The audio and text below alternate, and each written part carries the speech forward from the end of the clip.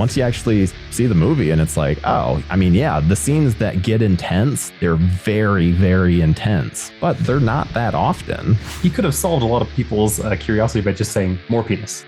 And what's the difference in your cut and the other cut?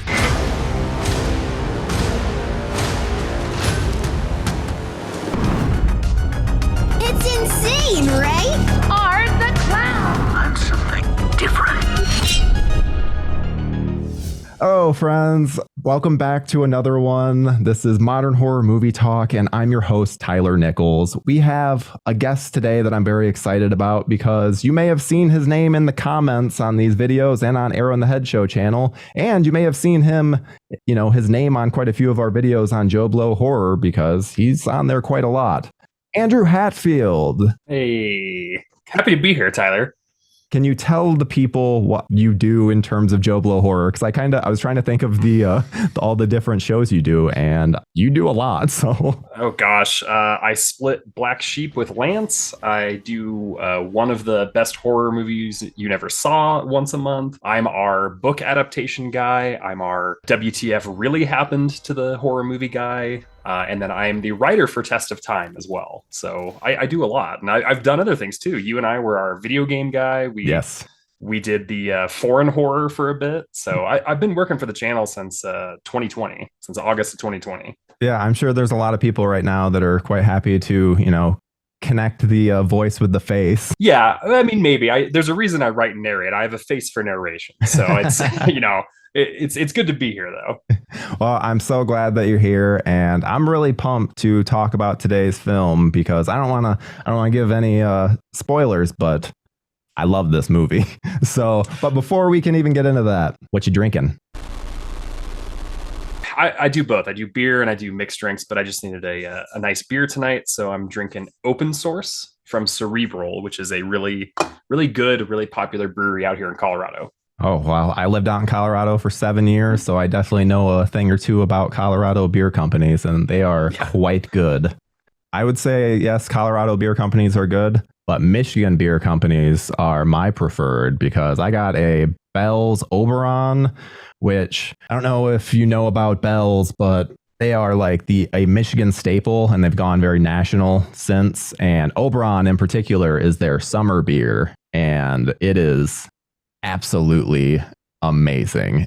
It is legitimately my favorite beer in the summer, and I'll regale you and the viewers with a quick story. I went and saw Scream 6 this past week again because, of course, it's amazing. And I was lucky enough that they had just tapped a keg of Oberon, so I got the first Oberon from the keg of the season on Wednesday. It was absolutely amazing.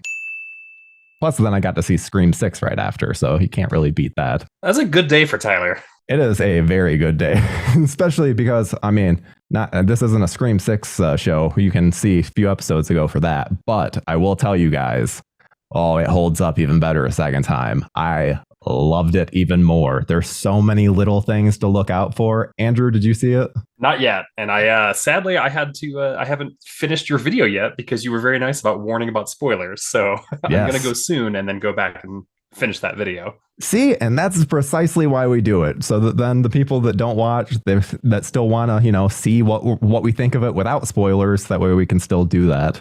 And so you're in for a treat because it is very, very, very good. Yeah, and there are some things I don't care too much about spoilers on, but there are certain franchises that I'd rather go in pretty blind on. Yes, Scream is one of those franchises. I was legitimately nervous kind of going into the initial screening because I'm like, what if someone spoils it when I'm in line? What if this is too important?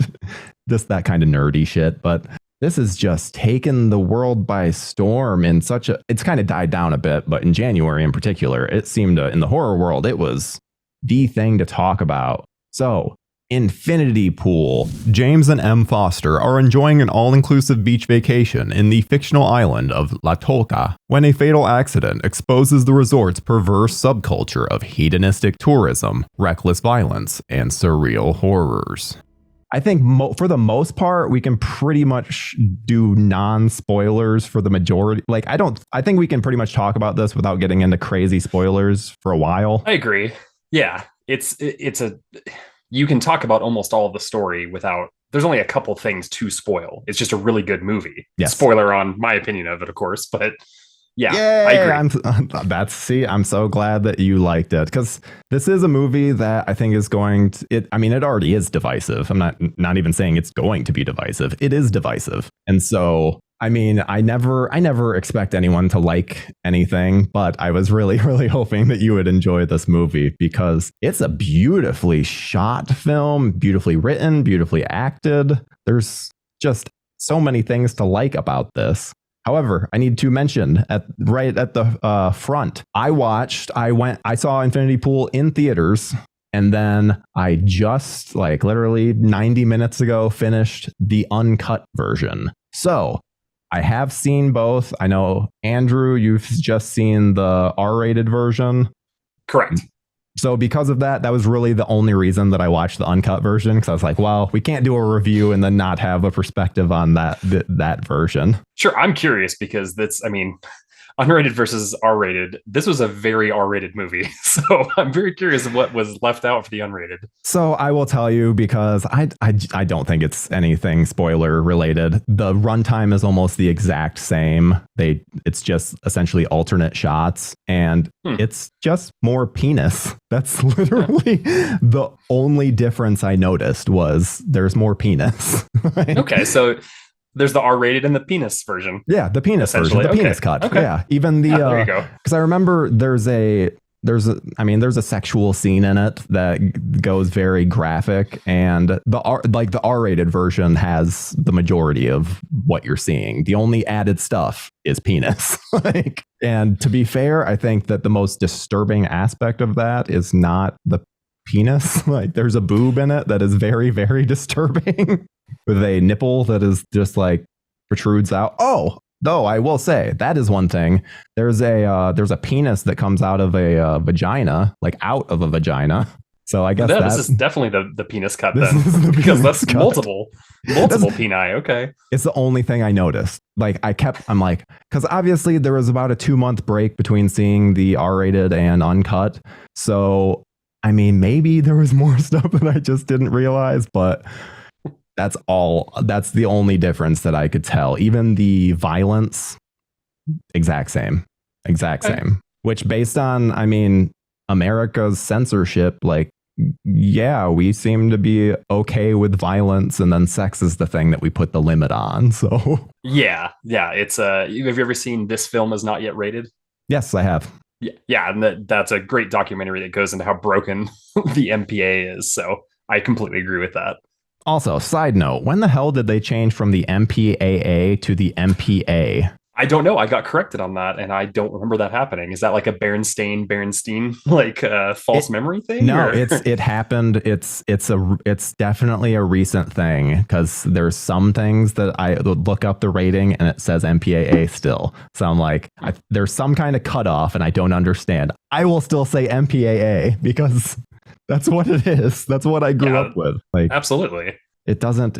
It's more of a mouthful, but it's just what it is. Every single time I see a movie like this, I'm like, what's the MPAA even doing? Because, like, I'm not a person that really believes in censorship, but I'm also the kind of person where I'm like, so this is like, so the uncut version, that's the one that's the NC-17, but then just get rid of some penises and then suddenly you're fine. Like, we can still have some on-screen ejaculation and all this other shit. I mean, I've heard stories where, like, directors were so angry that they claimed they made a bunch of cuts to it, submitted the exact same movie, and the MPA, dropped it a rating. So they don't know what they're doing. Yes, sadly, that seems to be the case. And it kind of makes me both worried and kind of hopeful for Brandon Cronenberg's career, because he does some very interesting things. And I think the fact that he is willing to go this far and that he's actually able to pull it off, like, he got Infinity Pool to an R rating, and that is, I don't think that could have been rated R in the 90s. No, and I'm sure most of our viewers, probably know who Brandon Cronenberg is, but in case they don't, he's the son of David Cronenberg, who's a favorite of our channel. Yes. And I don't know about you, but I really love Cronenberg. I've always enjoyed The Fly in particular. That's been one that stood out to me. But I will say, I'm really a pacing guy, and there's something about David Cronenberg's films that the pacing just doesn't work for me in every film. However, I feel like Brandon is I'm finally seeing someone that's more of my sensibilities, where I'm like, I get the weird Cronenberg stuff, but then I get someone that has the same, I don't know, need for pacing that I do. Yeah, it's funny you say that too, because I had asked you if you'd seen Possessor, his other, or his most recent movie before this, from I think 2020, and I felt like that one didn't have great pacing. I thought it was a good movie, but I thought that dragged on a little bit, and there were chunks that, whereas this didn't feel like an hour and 55 minutes or however long it was. This went by really quick. There was nothing that I was bored by or that slowed down. Like he nailed it on this one, and he's still, it's not full on like The Fly body horror. There's definitely some body horror, especially apparently in the unrated cut. But this, if I was going to liken it to, Daddy Cronenberg, it would be like Existence. Did you ever see that one? That's kind of what it felt like, more so than The Fly or Scanners or Dead Ringers or something like that. But I think he can do his own thing. It's like when people say, oh yeah, that's very John Carpenter. Like, they just mean they're using an electronic synth soundtrack. It's not necessarily like a John Carpenter movie. And I think people see some of the body horror, but they don't look at the other 90% of the movie. So I think Brandon's got his own style. I need to go back and watch his first movie, which he directed super young, like in 2012, I think. Antibodies, I remember, because after I got home from Infinity Pool, I immediately looked up Cronenberg and put on Possessor because it was on Hulu, and I had trouble finding the first film of his. So I know, I mean, once I can actually get a hold of it, I'll probably be watching it, because he just has such an interesting style. The beginning of the film really just shows how talented the man is, because it starts off with blackness. I mean, other than there's the credit sequence, which is also very cool, but it's just blackness with dialogue. So then you are immediately being forced at attention to hear what's going on. You're trying to discern. And there's also the most brilliant thing about it. It's a black screen, but it's not completely black. There's like little strip of light where you're like, what am I, is my TV messed up? And then once the scene actually starts and they open up the blinds, you're like, oh, that must have been the light just barely sneaking in. And then they go right after that into these shots of this vacation beach resort area. In any other movie, it would be just like the most standard shots. And these are all just like twisting around, and it makes you, combined with the music, it's just so uneasy, and it immediately establishes so much of a mood and feel that, I mean, you just have generic camera work in there with the same music. It's not, the effect isn't there. Like, there's this beautiful shot of Skarsgård, and I can't remember the actress's name, I don't know, and his wife in the movie. They're like walking along, and the camera like tilts up in such an unnatural way and just moves along. I remember seeing it in theaters, and it almost made me like queasy. Anytime a filmmaker is able to make me feel something more than just, I don't know, just, oh, I'm watching a movie, then I'm on board immediately. Oh yeah, I really like. I can't remember if they just did it in the opening credits or the end credits, but it goes from that complete darkness to all the multicolored. There's like a bright green, a bright yellow. I don't remember if it was both or just the end credits, but I liked that decision. And with the camera angles, the music, all the characters besides Skarsgård, the whole movie puts you at a sense of unease the entire time. Like, you are just as lost as he is throughout the entire movie.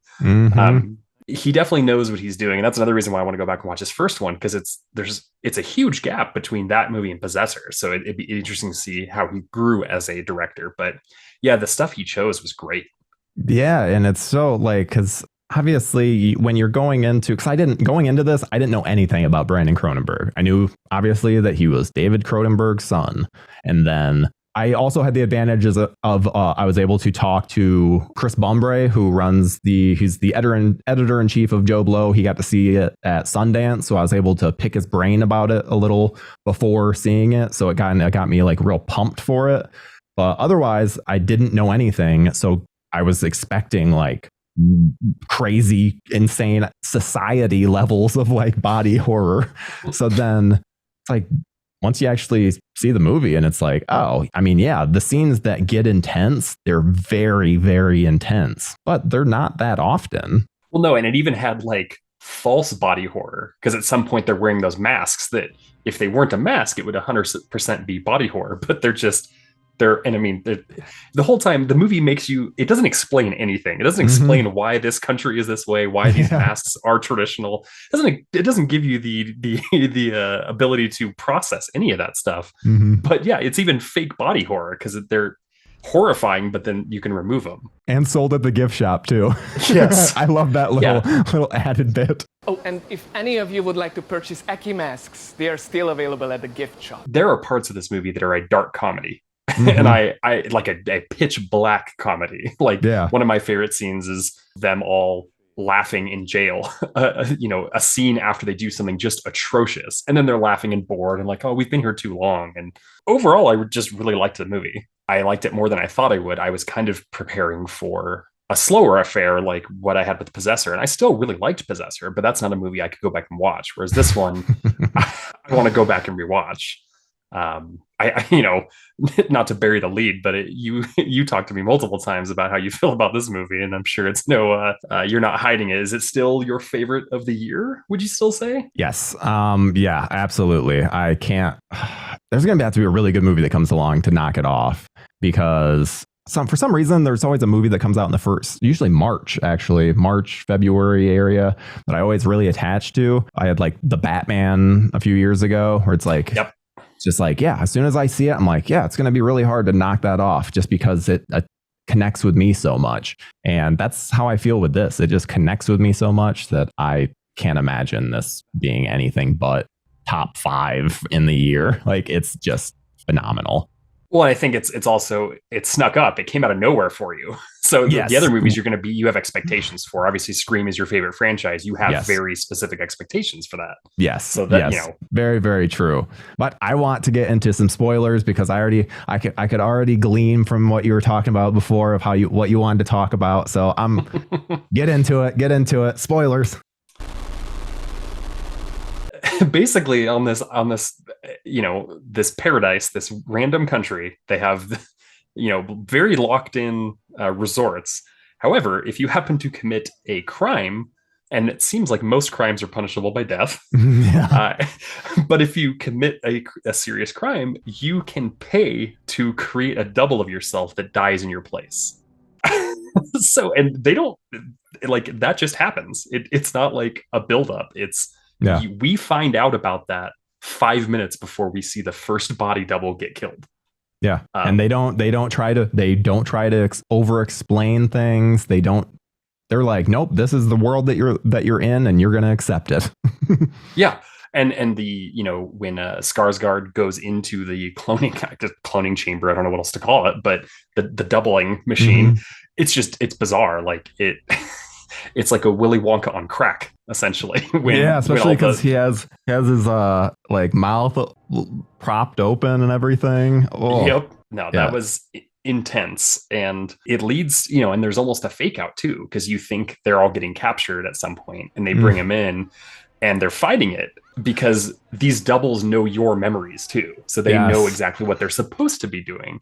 And that was at that point I was like, oh, this is messed up. There's a great being the horror video game guy, there's a great video game called Soma that deals with that, where where the main character is essentially transferred into like a robotic suit, and he transfers himself multiple times, and at one point the current version is the one that gets stuck somewhere, and he just realizes he's stuck there for eternity. So like, and they even bring that up because they ask Skarsgård, they're like, are you really you, or are you the double? And they killed the original you. I like that sort of question. I love too that they brought that up, and they bring it up and they just kind of dismiss it, because as it was going along, I'm like, oh, this is going to be one of the big reveals that he's a double. But then they literally just mention it and they're like, that's how they mention it. It's essentially an aspect of where they're like, that's not important. It doesn't matter. This person is the exact same as you. When they die, they think you're you. So it doesn't matter which one. Yeah, and spoiler, they're all terrible people. The clones are terrible people. They are terrible people. Terrible. We haven't talked about Mia Goth, and I'm sure I'd seen her before Pearl and X, but that's kind of what has put her on the radar. I think she's better in this than either of those, personally. She's also in Suspiria, the new Suspiria. Oh, she was. And unlike John, I really like the remake of Suspiria. I love the original too, but I did really like the remake. You can bond with Lance over that. I'm with John.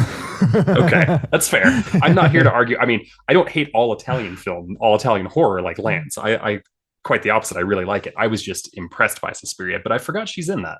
Yeah, she is. And oh shit, I don't know if I want to have this out there, but so I will say, going into this, I can't say this currently because my opinion changed because of Infinity Pool, but I did not like X in any way whatsoever. It really bugged me. And her performance in particular really bugged me. So then I've tried to watch Pearl 3 different times and have shut it off. However, I will tell you and the viewer, I know I'm wrong. I know. That's why I shut it off, because I haven't been in the mood for it. It's a very specific style of movie, and it hasn't been what I want, and I don't want to watch it and then fucking hate it. So when I'm watching it, I'm like, I know, and I shut it off because I want to like it. So like, we will cover it on the show eventually, but I need some time. I get that. I don't think I was even in the right headspace because they're very different movies. X is a throw. I mean, you don't like it, but it's, it tries to be a throwback of like a Texas Chainsaw and all that stuff, a pastiche, and I enjoyed it quite a bit. But Pearl is so different. I'm wrong. Yeah, I'm fine. Pearl, it happens. Hey, I mean, at least that's fine. Pearl is so different, and it's good, but I also was like, okay, like I know I'm supposed to really enjoy this, and then of course you get to her like 4.5-5 minute monologue at the end, which is what all the horror community was angry about, Oscar noms, which is never going to happen for poor horror movies. But yeah, if Toni Collette's not getting nominated for Hereditary, then no one's getting nominated.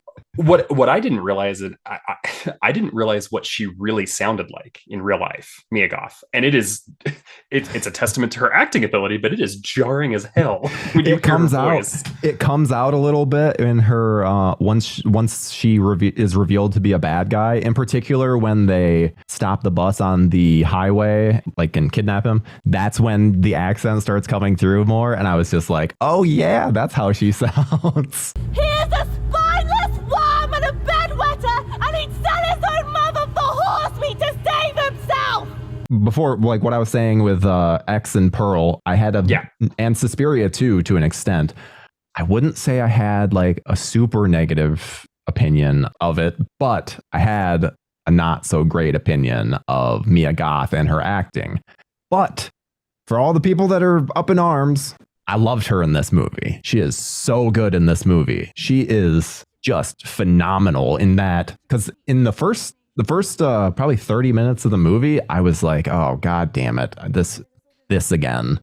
You find out it's like she's putting on a performance. Like, this is on purpose. She doesn't give a shit about this guy, and like, she's just saying that she read his book, and like, these things are purposeful, which I appreciate, because I hate when it's just like, I don't know, just bad acting. Well, and she even tells him she's pretending to be an actress for like the commercials. Yeah. She does the why can't I do this right thing? So she's actually telling him but I mean, Skarsgård is not exactly the brightest tool in the shed here in this movie. Yeah, he has lived a charmed life due to his wife's money and the book. Like, oh my god, there was obviously I'm just like any viewer, I will then succumb to the fact that, oh, it's our protagonist. Like, I will attach to them and like them. And I like Skarsgård in so many things, where then so many times in this movie where I'm like, what the fuck are you doing, man? Especially on a rewatch. On a rewatch, it's just like, dude, come on. The first time, like I said, you're as lost as he is, because you're just like, okay, I guess I'll go with this. And he does, he claims he needs a new passport, even though, he hides his own passport, which you've watched it more than I have. Do we ever see him hide his passport, or is it a reveal when he goes and grabs it when he's ready to leave? I know he goes to the bathroom when he's talking to his wife, but that is the reveal. Okay, so there's no explicit like him hiding. Okay, but that's another great hidden rewatch type of thing. Exactly, of like it's being mentioned, and he's gone and in the bathroom, and then when you see it later, where it's like, oh, just an implication of like this is when he could have done it. Yeah, there's a lot of little moments like that I don't know. I know that personally, I'm not talented enough to be able to think of all of those little layers and all of the intricacies that then when I see someone that has such a handle on it, I'm just so absurdly impressed. Well, and it's good that they didn't try to explain a lot of that stuff. I think you get lost in the weeds if you try to explain the technology behind making a double or give the island too much lore. I think it becomes like, a completely different type of movie then and somehow less believable if you're left in the dark, if it's more believable if you're left in the dark more. And I like that aspect of it a lot too. Yeah. Just like too, they mentioned, because you think, one thought in my head was like, oh, all these rich people, why are they not like, why is this not something that's more common? And then they literally mention it where they're like, we've tried to recreate it and we can't. There's some hidden element like that's just exists on the island where it's like, I like that. We spend years trying to reproduce the process in the lab, but we're far too literal.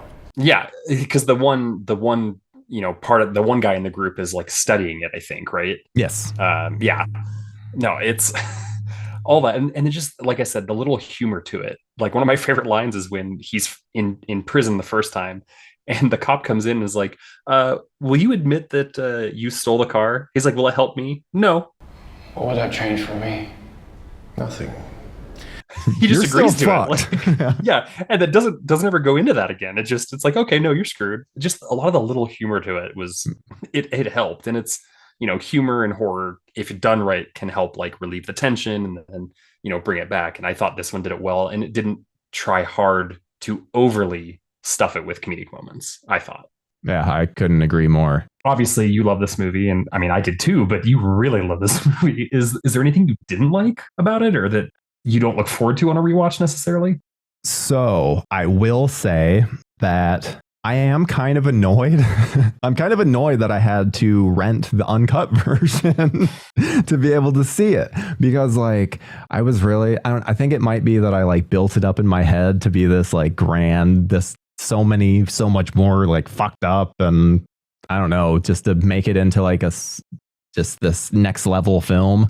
And if anything, I was just kind of like, I think I prefer the R-rated version. Yeah, the fact that I got a separate email from you about the possibility of an unrated one, I was like, oh, he's chomping at the bit to discuss this. But that's how it is sometimes. Like when I was working for Blockbuster and we'd get the unrated cuts of a movie, and it would literally be like 8 seconds of additional footage and it's not even 8 concurrent seconds necessarily. Yeah. It could be like a half second here and 6 seconds here. So sometimes it's like that. But he seems like a creator that wants to have his final vision in necessarily too. To be fair, I remember after the film release, he had an interview where he stated that the uncut version is not much different. Like that, it's the same film, that you're not seeing a drastically different version. So, to be fair, I went in knowing that. However, I still was like, okay, so, well, the orgy scene, I'm like, that's going to be much more graphic, which it really wasn't. It was just, again, more penis. Yeah.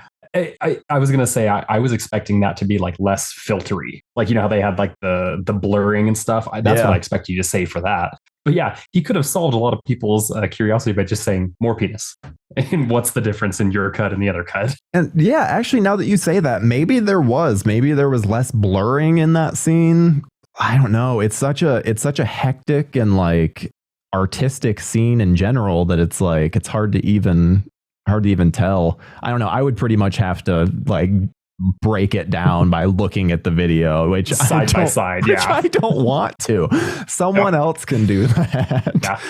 I mean, as much as I love this movie, I don't need to see the like ejaculation scene. And because I remember after the film released in Sundance, the special effects guy, he like released a photo of, which I'll show it if I can find it. It's like a 4 foot tall prosthetic penis that they used, because obviously for these kinds of things, like you just depth of field and like all this stuff, you need bigger things than what you would think. And so it's just, from seeing that, I guess I kind of had like this expectation that things would be even crazier, and I don't know, it just wasn't. It was fine. It's funny too. The scene I thought you were talking about when you said the difference was, when it's clear that she is trying to seduce him in the entire time. And when they all go out drinking together, out off campus or off resort, I'm like, oh, I wonder if she's going to be subtle. She's not subtle. He's going to the bathroom, and I'm not even sure he finished going to the bathroom when she gives him, a nice little reach around, and he's as shocked as we are, just like the rest of the movie. That in particular is what I would point to when I say that I like the R-rated version more, because in the R-rated version, it is still graphic. You see like the splooge on the ground. However, I still think you're mostly seeing like the reactions, and so I think it works better for the story. Meanwhile, in the uncut version, you're seeing the strokes, like, and it coming out like. It's too much. It's just like, I'm watching a movie. I don't need porn. Oh yeah. They in the R-rated version, they tell that story with audio, with, arm motion. You don't necessarily need to see it to know what's going on there. Which was how I felt with it, where it's just like, this is too much in the way of like, we already got enough like from this. They didn't need to do that. No. Well, and then I was wondering if like her husband was going to be like, become a villain, and then I was like, oh no, they're the couple that we like your style from across the bar. Like that's who they are. So he's fully in on it. Do you want the fellow sausage? And then of course you realize everyone was in on it. The entire group is just trying to get another one. It's almost like, I love the final little scenes with them all returning from their vacation. It almost feels like this almost like post-nut clarity in terms of like them having like, I don't want to say regret over their actions, but more of just like It was a shame, I think, because once they're on the bus, like there's no makeup, they're wearing obvious travel clothes instead of the really nice stuff they're wearing, and they're just talking about super mundane things while he's in the back like, what is my life now, like, and he's got his urns. That's another thing we didn't mention. You get to keep your double's ashes in an urn. Like, okay, that's fucked up. I do like, and I guess we can talk about the ending. He's in the airport, and he realizes that it's not just his group, that there's probably just the whole airport full of awful, rich foreigners. And then he goes back by himself to the resort and just sits in the rain. And I like that, where it's like really just open to interpretation in terms of how he's feeling, because it's however you are feeling as the viewer. What do you think he's feeling? You know what I mean? Like that seems to be what Brandon Cronenberg wants the audience to feel, is like, it goes how you want it to. He tells you enough, but then doesn't tell you enough, if that makes any sense. And even little subtle things. So when the first time you see that particular scene on the beach, that's when Mia Goth like takes him back to do the super drugs in their apartment before the craziest orgy I've ever seen on film. But did you know that all the water, the rain is going backwards and the beach water is going backwards? But when he's back on the beach at the end, it's all coming down normal and the water's coming up normal. So I don't know if that's intentional or if that was a weird editing trick, but I definitely noticed that. Yeah. So it's almost like him trying to undo what was done, maybe, because now it was going in reverse before. And then when he's alone, it's going the natural order of things. So just makes me like this movie even more. Yeah, and even that's open to interpretation. Who knows if he's actually back at the resort or just sitting in the airport alone thinking about the resort too. Like, we don't know. Well, now you're saying that, and it's like, because I remember there's this great shot of the water, and it's essentially just texture. Like, you're not seeing, you can't really even get an idea of like any space or anything with it. Right. And I've always thought like, oh, look, something's so weird about that. And I think that it is in reverse. Right? That's why it looks so weird. It didn't. I didn't notice. I didn't notice that was in reverse until I saw the rain going off of the like canopies. You could see it curling up and going up. And then I went back and went, oh, that's what the water was doing. That's just phenomenal. I love things like that. And I think the most exciting thing about this film is that Cronenberg just has such a strong voice, both in his writing and his visual style. I mean, the whole Nepo baby has been a massive thing in the last 6 months or so. And so I think that this is such an example of no, not just because you're the kid of someone who did something, they can still create an identity of their own and do something awesome because he had the best teacher in the world, his dad. You know what I mean? Who else is going to be able to make a film? You know what? My dad was never a filmmaker. Never but he loved movies. So he passed that on to me, where it's that's so much of who I am. I can only imagine how much David passed on to Brandon. Being in the actual industry and getting that hands-on experience, not just the passion, but the practical uses and stuff. Absolutely.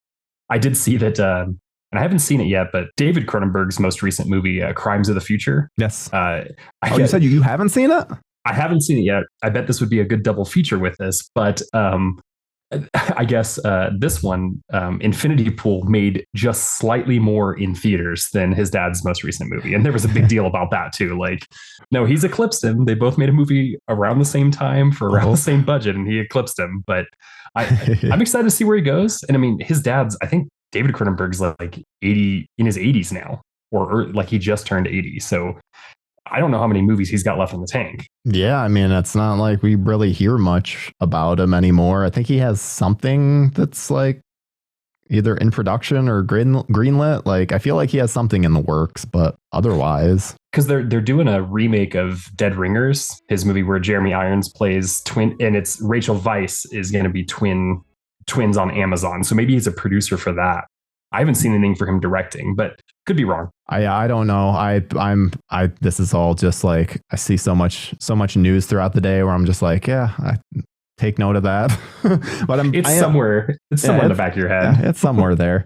But I want to know if he's going to be a little more, I don't know, consistent. Then I don't want to say consistent because that seems like a quality thing. I don't know, just in terms of releasing things more consistently. It's more of a release thing versus quality. Yes. Well, I mean, and you're talking about Brandon Cronenberg, right? Yes, Brandon. Just because I don't want him to go in his dad's footsteps of taking long breaks. And yeah, I mean, the most recent two aren't terribly far apart in terms of a director's output. It's 2020 release date and early 2023 release date. That's not terrible. I'd imagine, especially now that he's getting more and more recognition, because Possessor got a lot of great feedback for, the acting, the writing, directing. He does two of those three. So he's kind of the important part of that. I'm excited to see where he goes, because even these two are completely different from each other. Yeah.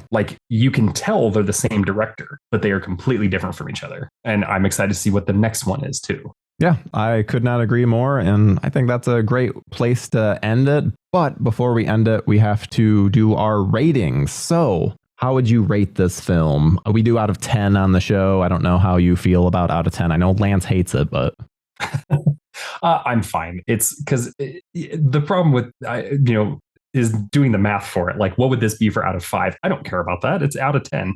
I would give this, and now am I allowed to give a half rating or just solid straight numbers? You can do 0.235. I don't give a shit. You rate how you want. So I would say 8.5 out of 10 for this one for me. Nice. Partially because of it caught me off guard as well. And I really enjoyed it. I expected to like it, but I didn't expect it to like it as much as I did. And I'm excited to go back and rewatch it. Maybe not the penis cut, but I'm excited to watch the movie again.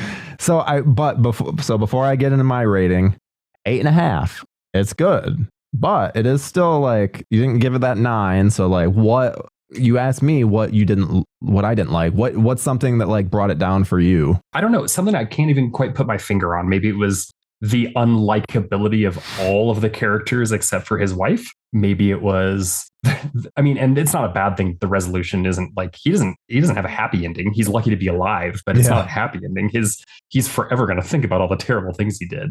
Mm-hmm. So I don't know, maybe the lack of a likable character, maybe I wanted a little bit more here and there. Mm-hmm. I can't really put my finger on it, and for me, I mean, my 10 out of 10 movies are objectively not 10 out of 10 movies. My favorite movies of all time are Big Trouble in Little China, The Thing, Escape from New York, The Wild Bunch, things like that. Like those are my 10 out of 10 movies. So I don't know. It just wasn't quite. Still some fantastic movies.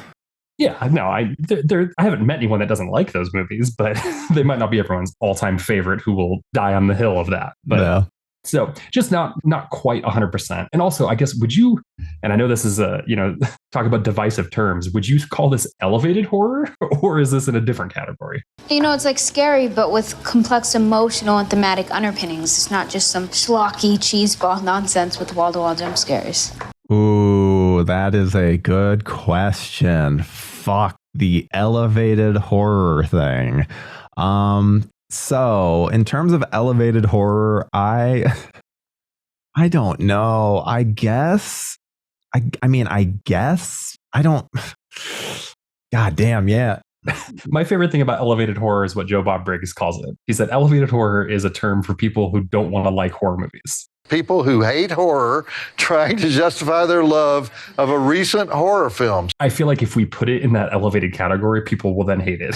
Like there'll be certain people that wouldn't like it. Yeah. But to be fair, though, I guess you even saying that, because yes, I actually remember the Joe Bob episode that he says that. And I actually I would kind of agree in that there's something with elevated horror that in terms of explaining to someone that isn't a horror fan, I think it is a quick way to get across to someone that, hey, this is well made. This is because, I mean, we as horror fans can understand that we can have some favorites in horror that are not well made, and that is.